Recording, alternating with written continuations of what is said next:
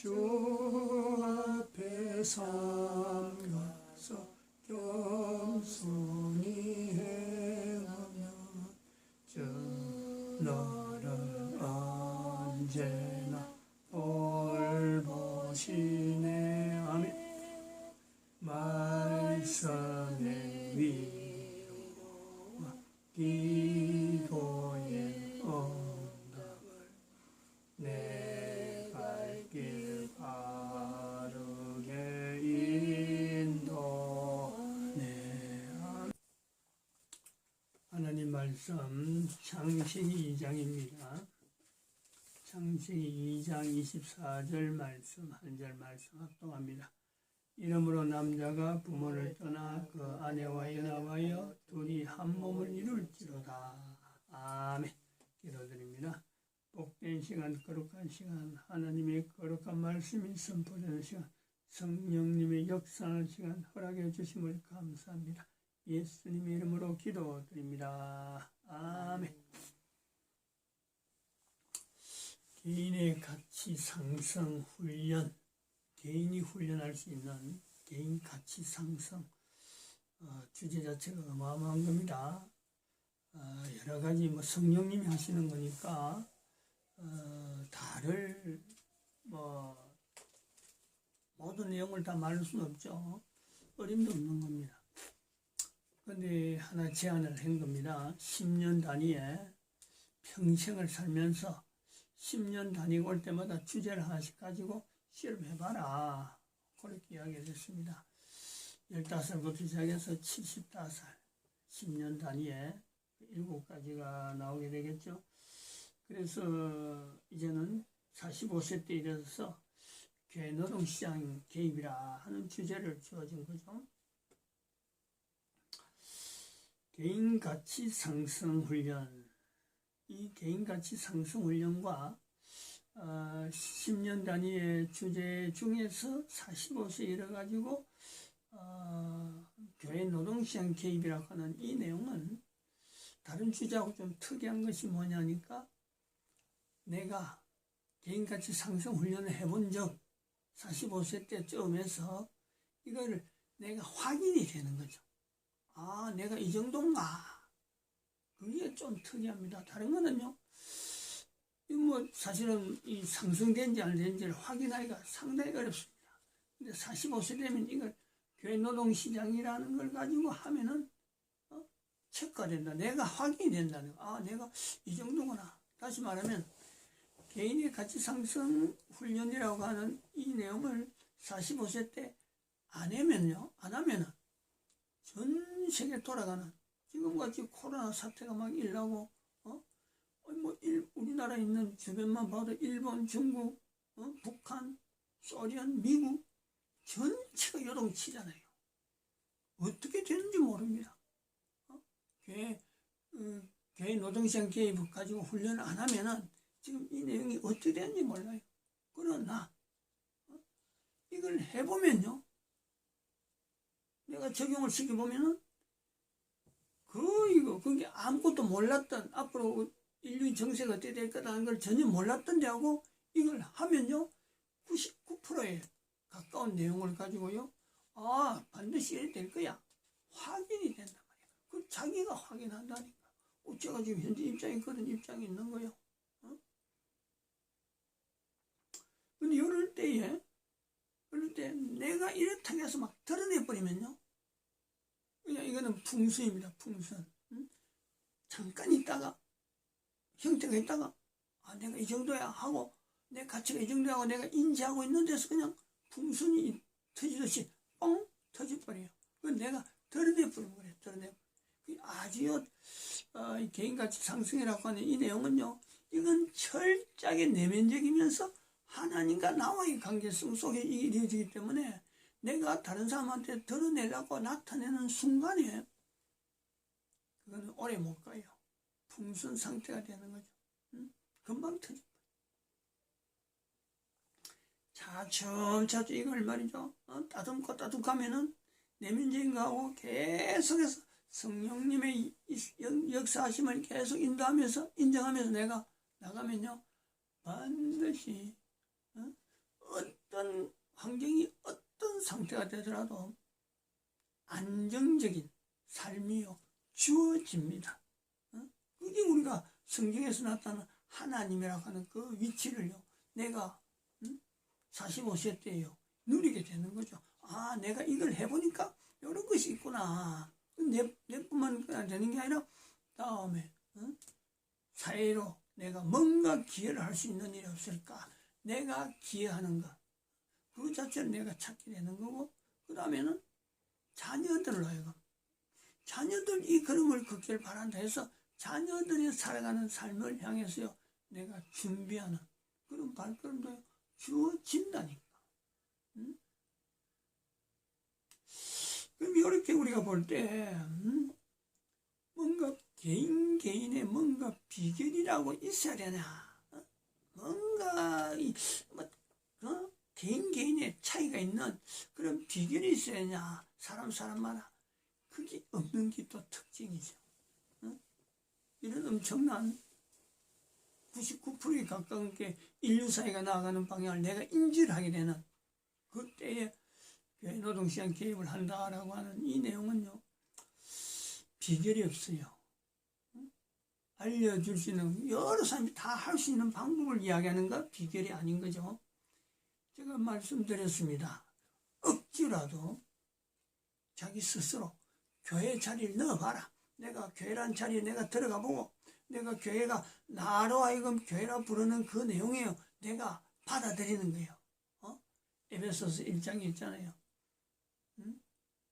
교회는 예수 그리스도를 몸으로 하고 교회는 예수님의 몸으로서 만물 가운데 만물을 충만케 하시는 자의 충만. 그 속에 내가 들어간다는 거예요. 그 속에. 또 다른 말로 하면 창세기 2장 1절에 천지와 만물이 다 이루니라. 그걸로 내가 인지를 하는 거죠. 아, 천지와 만물이 하나님의 뜻 가운데서 이루어가게 계시는구나. 그게 바로 내가 교회 되는 거예요.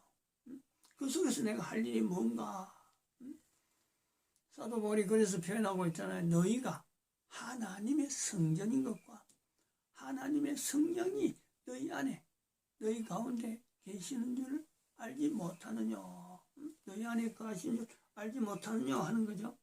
그렇게 되어보면은 두 번째 해보면은 이런 걸 갖고 내가 같이 병행해서 교회라 하는 이거 자체가 뭔지 하고 접근을 해서 가보면은 다음 단계로 넘어가서 시장에 대한 노동시장에 대한 어떤 접근, 간단하게 역사적인 일부러 지어낼 필요도 없어. 이미 있는 세계 역사 가운데 그걸로 접근하면 되는 거예요. 제가 말씀드렸습니다. 지난 주간에 1765년이죠. 1765년 산업혁명이죠. 산업혁명. 이게 이제 노동시장이 시작되는 하나의 기점을 보는 거예요. 노동시장이 도대체 언제 시작됐느냐. 1765년 산업혁명. 영국에서 일어나는 전기기관차의 어떤 대두. 그걸 통해서 도시의 산업이 막 육성되어지는 시작. 그게 인류사회예요. 하나의 산업혁명으로 부르는 거죠. 이 노동시장이 그때부터 형성되어지는 거다. 그러면서 이 노동시장에 또 한편으로 큰 어떤 변수가 나온 것은 산업혁명 이후로 산업이 막 발달하면서 가운데서도 이 전쟁 상황이 여전히 일어나는데 바로 이 전쟁 1815년에 있었던 영국과 프랑스에 있었던 그 워트루 전쟁. 이 전쟁은 단순한 전쟁이라 보다도 노동시장이 개입한 즉 자본가들이 주변에 전쟁에 개입이 돼가지고 이 전쟁을 해서 자본가가 하나의 큰 흐름이 형성되어지는 1815년. 이것도 노동시장 안에 전쟁 자체도 노동시장에 들어올 수 있다는 계기를 보여준 아주 특이한 이제 여기서부터 우리가 지금의 현재 교회 노동시장 개입을 통해서 들어가 보면은 바로 이런 전 세계에 흘러다니는 전쟁 상황이라든지 여러 가지 어떤 경제적인 여러 지표를 통해서 나타나는 수많은 흐름들을요 결국에는 자본가가 뭔가가 개입을 하게 되는 그 사태를요 읽어낼 수 있다는 거죠. 그것을 시작되고 그걸 끝나는 게 아니고, 우리가 또 말씀드렸습니다. 1914년에 제1차 세계대전, 1939년에 2차 세계대전, 요것도 들어가 보면은 지금의 노동시장에서 바라보는 큰 손들, 그 어떤 큰 손들의 계보를 쭉 따라가 보면요, 그 뒤에 어마어마한 세력으로서 존재하고 있는 교황이 있어요. 교황이. 근데 이거를 1914년에 1차 대전, 1939년에 2차 대전, 왜 독일에서 똑같이 일어났느냐? 이것이 바로 교황이 개입된 어마어마한, 이것도 전쟁의 노동 개입으로 우리가 보는 거죠. 우리는 일반적인 사람들은 다 교회 노동시장 개입이라는 걸 들어오지 않은 사람은 바로 이 부분에 도대체 세계 1차 대전과 2차 대전이 이게 노동시장하고 관계있다는 것을요 아무도 모르는 거죠. 말을 못합니다. 이런 것 때문에. 근데 교회시장, 노동시장에 들어버리면은 이 부분을 아주 기초적으로, 또 한편 다르게 하면 1914년에 있었던 그 제1차 세계대전 영향을 미친 러시아, 좀 더 올라가 보면 그렇죠. 러시아 혁명. 들어가 보면 이 러시아 혁명은 대한민국에 있었던 청일 전쟁과 러일 전쟁의 또 하나의 불똥이라, 불똥. 대한민국에 나오는 거죠. 왜 우리 대한민국에서 교회 노동시장이라 하는 이런 어떤 주제를 이 45세 때 이렇게 말할 수 있을까 할 때, 우리 1차, 2차 세계대전, 요 대전에서 교황이 연결되어 있는데, 그 사건의 제일 서두에서 보면은 러시아 혁명 자체에서 일어나는 교황의 위치 있단 말이죠. 교황이 영향을 미치기 때문에 사실은 러시아 혁명이라고 하는 이 혁명도 거기에도 관계되어 있다. 떠나지 않습니다. 그래서 이런 것이 우리가 되어서서 대한민국의 1945년 최대 수혜자나 2차 대전의 최대 수혜자, 그리고 2차 대전으로 인해서 전 세계에서 다시 전쟁이 일어난 데서 6.25 사변, 그 6.25 사변에서요 최대 승전국은요 바로 우리예요. 우리 공산주의라고 하는 어마어마한 세력을 전 세계도 다 공산주의에서 점령당했는데 대한민국만 이 전 공산주의를 물리친 어마어마한 승전국이잖아요. 그러고 해서 우리는 얻어지는 게 70년 동안 한미 방위조약이라고 하는 이 튼튼한 우방을 하나 얻었잖아요. 또 한편으로는 전 세계 경제 대국이라고 하는 세계 OECD 11위, 최고 1956만 해도요 최고로 전 세계에서 가장 빈민하고 아무 희망이 없는 나라에서 70년 지나오니까 전 세계에서 OECD 11위야, 11위. 원자력 발전 기술은 전 세계 최고락하는 그런 찬사를 듣는 나라가 되어 있는. 이게 지금 현재 우리가 교회 노동시장 개입이라고 하는 이걸요 이야기할 정도로 전 세계 흐름을 우리가 여기서 어느 정도 가늠할 수 있는 하나의 안목이요 형성되어진다는 거죠. 오늘은 여기 조금 더 지난 시간하고 조금 더 나가서 주제하고 관계되고 하면서 하나 더 추가해야 될 것은 이 자본가라고 하는 이 내용이 노동시장 개입에 노동시장에서 우리가 염두에 둬야 되고 항상 그 어떤 영향을 미치는 자본가와 노동자 사이라고 하는 이 내용이 바로 노동시장의 축이란 말이에요. 이 자본가가 어떻게 형성되었느냐라는 거예요. 자본가가 1815년에 자본가가 노동시장에 들어갔다 그랬는데 바로 이 자본가가 어떻게 형성되었느냐 1815년 이전에. 그러니까 이 노동시장 개입이라고 하는 이것이 자본가의 어떤 시장까지 알아가면요 시장이 산업혁명보다 훨씬 예전에 형성되어지는 이 자본가의 흐름을 알게 되는 거죠. 그 다음에는 2012년까지는 이 자본가들을 통해서 어떤 과거가 있었고, 또 2012년 이후에는 어떤 작용들을 자본가들이 하게 될까. 그래서 2020년 현재에 교회노동시장 개입이라고 하는 이 내용을 알면은 이것 자체가 훤히 내다 보여요. 누구든지 가능하다는 거예요.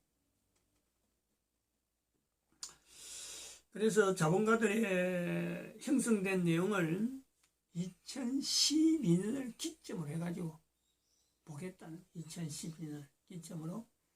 그러면은 지난번에 보여줬던 2012년 이후에 인류의 상황과 경제 상태 예측 도락하는 이거를 하나의 저런 도표면 도표고 저런 자료가 어떻게 나왔고 어떻게 2012년 이렇게 하게 됐을까 하는 그거하고 연결점이 있습니다만 아무튼 2012년하고 연대를 두고 2012년 이전에 자본가들이 어떻게 형성되었고 앞으로 2012년 이후에는 어떻게 이 자본가들이 영향을 미칠 것인가 하는 것. 물론 지난 시간에 1815년에 있었던 로스차일드라고 하는 이 자본가의 전쟁 개입이 있었다고 이야기는 했지만은 도대체 이 로스차일드라고 하는 이 자본가가 언제부터 형성되어졌느냐, 뭘 근거해서 형성되어졌느냐, 요 흐름을 알면서 2012년에는 도대체 이들의 영향이 어떻게 나타날 것인가라는 추정이죠. 단순한 추정 같으나 이는 단순한 추정이 되지 않는 2012년처럼 자료가 나온 것 자체가 단순한 추정이 아닙니다. 자본가의 형성은 제일 시초라고 볼 수 있는 것은 그렇습니다. 즉 돈이라고 하는 자체가 이렇게 전 세계적으로 유통이 되는 요 내용, 그 이제 자본이라는 건 그래서 나오는 거예요. 돈이라는 내용이 이렇게 유통되는, 돈 자체가 언제부터 생겨나는 게 아니고 돈이라고 하는 이 내용이 유통이 되어지는 구조는 언제부터 생겼느냐. 그거는 1096년이라고 보는 1096년이죠. 교황이 일으키는 십자군 전쟁. 그 교황이 일으킨 십자군 전쟁의 목표점이 어디냐면 바로 예루살렘 탄압입니다. 즉 이스라엘의 성전을 회복한다는 명목으로 일으키는 이 교황이 일으키는 전쟁, 그것이 200년 동안 되는 가운데 팔레스타인, 즉 예루살렘 지역에 살고 있던 유대인들이 그 전쟁통에 살지를 못해가지고 유럽 전체 흩어지는 그런 그 상황이 주어집니다. 그 완전히 예루살렘이고 팔레스타인 지역이 그전에는 예수님 오셔가지고 70년 후에 나라는 망했지만 그래도 옹기종기 모여서 그 중심으로 살고 있던 유대인들이 거기 아랍 나라가 들어오고 그 다음에 또 여기서 200년 동안 서양에서 사람들이 가니까 등살해. 이 편도 못 들고 저 편도 못 들고 어느 편에서도 야 너가 우리하고 같이 하자 이런 사람들이 없어갖고 그 흩어지죠. 그 흩어진 사람들 중에서 한 무리가 이태리의 베니스라는 이태리 나라라고 하는 데서 북동쪽입니다. 북동쪽. 오늘 우리나라 같으면 함경 북도 지역에 있는 그 지역의 베니스라고 하는 곳에 살고 있는데 그들이 자기들끼리 돈을 모읍니다. 가지고 있는 돈을 어떤 행위를 하든지 예를 들어서 그때 제일 많이 한 것이 자기들이 할 수 있는 것은 천막 짓는 거라든지 안 그러면 구두 수선하는 거라든지 안 그러면 빵 만드는 거라든지 이 자기들이 할 수 있는 바닥 빈민 생활하면서 그 모아진 돈을 한 푼도 땅에 안 쓰고 한 푼도 다르게 안 쓰고 이걸 전부 공동자금으로 모아요. 공동자금으로 모아가지고 그 이태리가 가지고 있던 해양업, 그 무역업이 전쟁을 통해서 막 이렇게 활성화, 교황이 옆에 있고 하니까 그 전쟁을 하기 위해서 물자가 막 오가니까 돈이 막 그때 수시로 필요한 거예요. 이 유대인들이 돈을 모은 그 돈이 필요한 데다가 주면서 빌려주면서 이자를 받는 거지. 이자를 고리 대금으로 워낙에 높은 이자가 안 하면 안 되는 게 어마어마한 위험이 요소가 따르잖아요. 전쟁통에 돈을 빌려주는 건데 이게 받는다 안 받는다 보장이 없는 거예요. 그래서 보니까 어마어마하게 금액이 높아지면서 이자를 준다 이래갖고 고리대금이요. 고리대금. 이 말이 다른 말로 하는 것은 바로 뱅크죠. 방크라고. 방크. 여기에서 돈이 가만히 있던 돈이 이것이 모아져 가지고 이자락하는 걸 통해서 이게 유통이 될 수 있는 구조, 그것이 유대인들을 통해서 시작이 된다라는 거예요. 이 단순하게 유대인들이 모아준 이 돈이, 이태리에서만 주던 이 돈이 나중에는 이제는 유럽 내에 전쟁상이 되니까 네덜란드 쪽에, 네덜란드하고 그 도이치 사이에서 전쟁이 나는 그런 데서도 개입을 하고, 그 다음에 이 전쟁이 아닌 상황에서도 또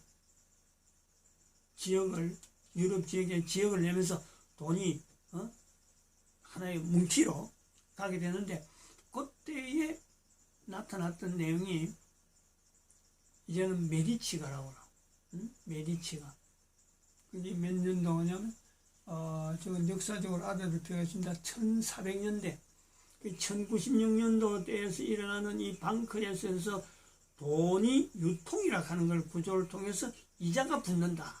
이자가 붙었고 여기서 이자를 조금 주가지고 또 다른 데 하면 더 많은 이자를 주가지고는 이자가 돈이 계속 돌아다니는 거죠. 그런데 이제 요 제도를 활용하는 하나의 전 국가마다의, 유럽의 국가마다의 하나의 은행이라고 하는 지점을 두는 거죠. 그 지점을 두는 조직적으로 하는 것은 바로 메디치가가 들어가는 거죠. 이 메디치가는 교황을 만들고, 또 교황이 아니라 국왕, 프랑스 국왕의 왕비를 배출시키는 그 메디치가 1400년부터 있었던 이 메디치가의 그 금융 질서를 나타내는 그 흐름에서 이자율, 이제 요는 여러 사람들이 이자를 같이 하니까 1차 이자는 얼마 받아라, 2차 이자는 얼마 받아라, 이런 식으로 어떤 이자 내는 그 공식을 서로 간에 협약을 해가지고 너무 폭리가 되지 않도록 이제 제도화적인, 그러다 보니까 과거의 유대인들의 그 폭리는, 유대인들의 그 이자는 어마어마하다. 그래서 유대인들에 대해서 하나의 혐오하는 그런 상황이 발생되어지는, 그래서 메디치가가 발생되면서 교황이 그 메디치하고 결탁이 돼가지고 이 돈 흐름에 대해서 굉장히 영향을 끼칩니다. 아주 영향을 끼쳐요. 그래갖고 나중에 메디치가 몰락되어지는, 소위 말하는 종교개혁이 일어난 1517년쯤에서는 이 메디치가 몰락이 되어지고 교황이 가지고 있던 세력이 돈줄이 마르다 보니까 나중에 우리가 잘 아는 대로 헌금하면은 이 천국표, 천국 티켓을 파는 그런 그 흐름으로 일종의 어미죠. 일종의 그게 요즘 같은 국채요, 국채. 채권을 파는 거죠, 채권.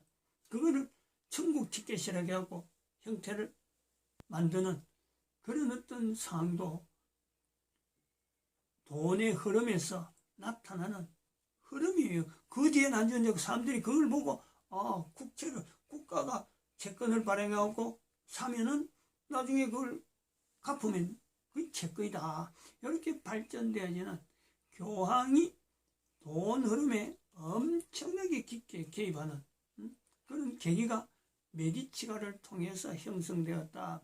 메디치 가문 중에서 교황도 나오고 국왕의 왕비도 출연시키고 유럽 전체를 장악했던 그 당시에 교황보다 더 높은 교황을 이렇게 좌우할 정도로 힘이 있었던 것이 바로 메디치가. 그리고 교황 세력이 나중 메디치가를 멀리하면서 결국 스페인하고 달아붙는, 스페인하고 결탁하게 되는, 그 스페인이 남미에서 은강을 발견하면서 결국 스페인의 몰락, 은이 너무 당시에 은하가 그 전 세계 하나에 통하였는데 남미에 통해서 은 채굴이 되다 보니까 은전이 막 너무 돈이 막 너무 막 풀린 거예요. 그러니까 스페인이 몰락, 이런 과정이 있는 거예요. 이러한 내용을 가지고 정리를 해보는 것은 돈은 그렇습니다. 결국에는 지금도 마찬가지고, 지금도 돈이 흘러가는 것은, 돈을 하는 것은 노름꾼이라고 할 수 있는 교황을 위주해서 일루미나티나 그 다음에 또 뭐예요? 지금 현재 있는 것이 일루미나티, 그 다음에 프리메이션, 그 다음에 또 영국의 로스차일드가 그리고 예수회라고 하는 이 교황 조직에서 나오는 이런 조직과 지금 금전하고 결탁되어 있는 이런 조직을 통해서 가더라도 대한민국의 그 경우를 봐서 지난 시간에도 말씀을 드렸습니다만은 전쟁은 그 사람들 손에서 일어나는 듯 하나 돈 자체가 이게 바른 곳에 쓰인다, 여러 나라를 위해서 쓰인다, 각 나라에 정말 필요한 것에 쓰인다 라고 하는 것에는 항상 하나님 앞에서 이 돈의 흐름을 정확히 알고 돈을 참 올바르게 쓰려고 하는 그 사람들에 의해서요. 돈을 모으는 사람은 노름꾼에서 모아지만은 그 돈이 정작 인류 전체로 해서 바르게 나가는 데는, 바르게 쓰는 데는요, 바로 교회 노동시장 개입이라고 하는 이 내용처럼 돈의 처음과 끝을 알고 앞으로 돈이 흐를 것이다, 어떻게 흐를 것이다 아는 사람들에 의해서 하나님이 쓸 수 있도록 하나님께서 그걸 열어놓는다는 거죠.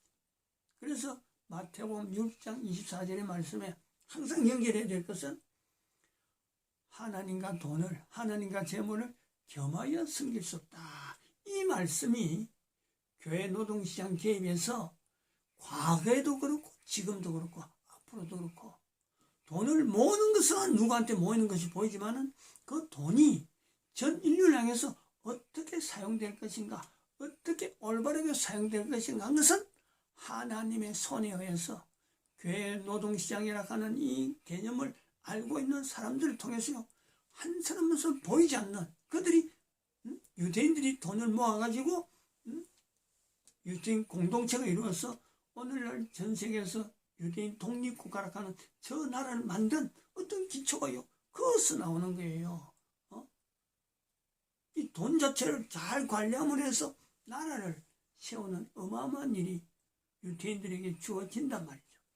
물론 한 1000년 정도의 1000년 정도 세월이 흘러가서 주어지는 거지만 이 내용을 교회 노동시장 개입이라고 하는 이 내용을 내가 45세 하면서 10년 단위로 또다시 10년 단위로 해서 이 돈 관리를 잘하는 이 내용에 들어있으면 후대의 인류가 어떻게 돈에 대해서 바르게 쓰는지를 보여줄 수 있는 한 사람의 위치가 분명히 만들어질 수 있다, 이렇게 봅니다. 마칩니다.